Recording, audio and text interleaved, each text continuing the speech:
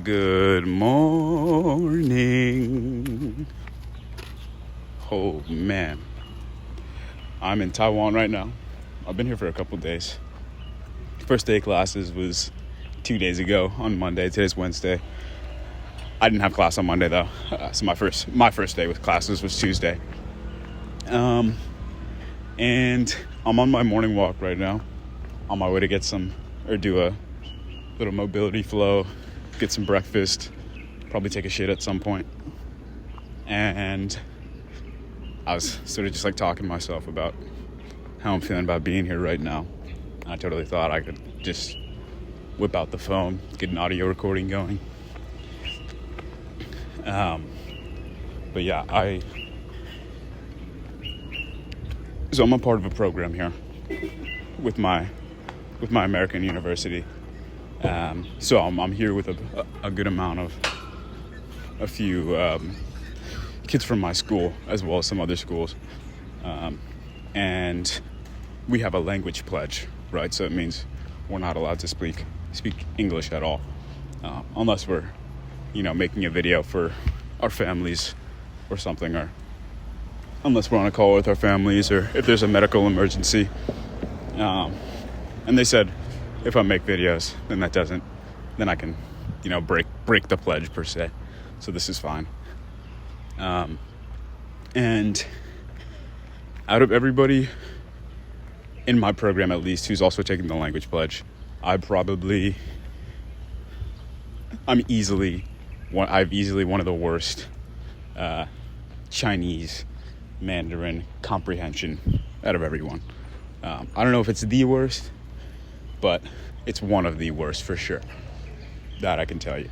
And the first day when we signed the language pledge, I was incredibly nervous about it. I still am, to be honest. Like, it's an uncomfortable situation to be in. But the first day when we signed it, and the night after, and the day after, I was just in a pit of just anxiety and just depression. Like, how am I going to be able to express myself without speaking English? I can barely express myself in English.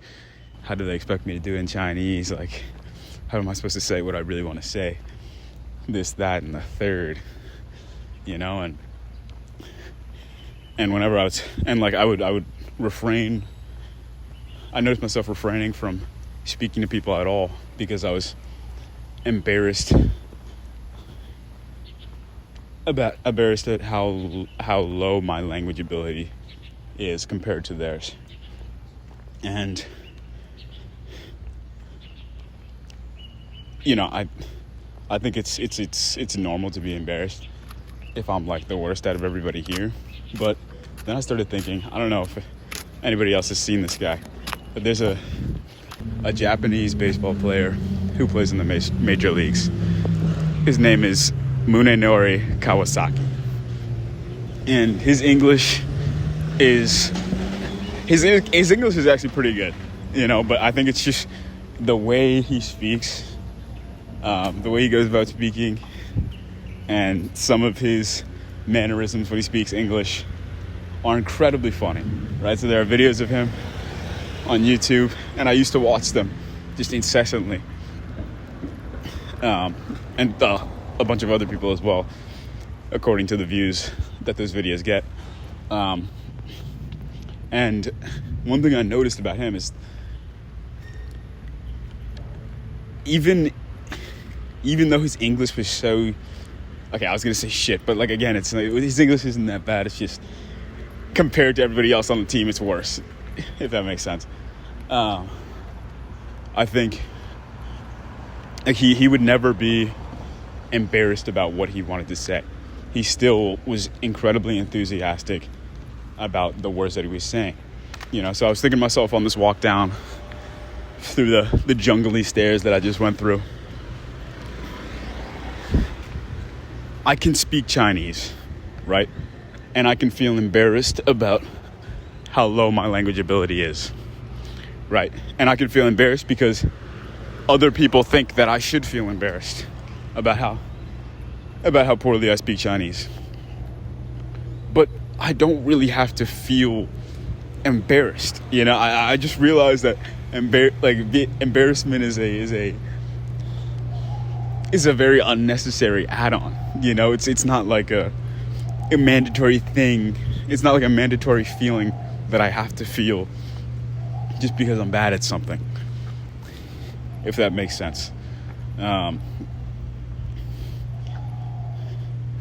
a few years ago, there's another YouTuber that I listened to, and he mentioned something about, I forget what the entire video was about, but he mentioned something about if you can't give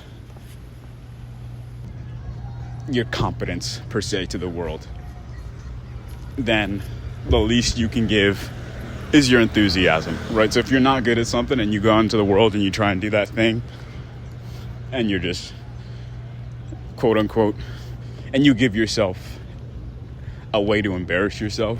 I'm not going to say you embarrass yourself, because embarrassing yourself is an option. But if you give yourself a way to embarrass yourself, the least you can do is show your enthusiasm for the things that you're doing, right? So give the Munenori Kawasaki spirit of embracing your mistakes and just going along with the punches, you know? I don't know. It's just, things become a lot more fun when I sort of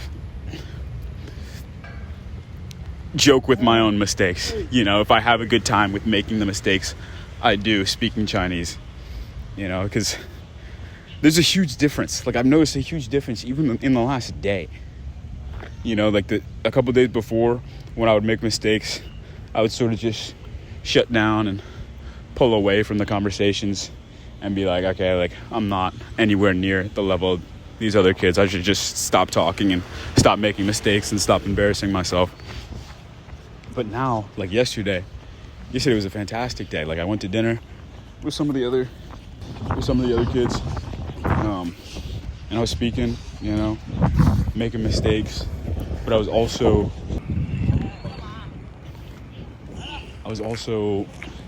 embracing those mistakes, you know, and taking them lightheartedly, you know, and not acting like it's the end of the world, you know. And when I just embrace those mistakes, have fun with it, everybody else can sort of feel the energy as well. And then I can feed off of that energy of everybody having a good time, which in turn boosts my energy and boosts theirs. It's a positive feedback loop, you know. So two things to remember: embrace the Munenori Kawasaki spirit, and two, if you can't give anything else to the world, if you can't give your competence to the world, the least you can give is your enthusiasm. All right, go get them. I'll catch you in the next one.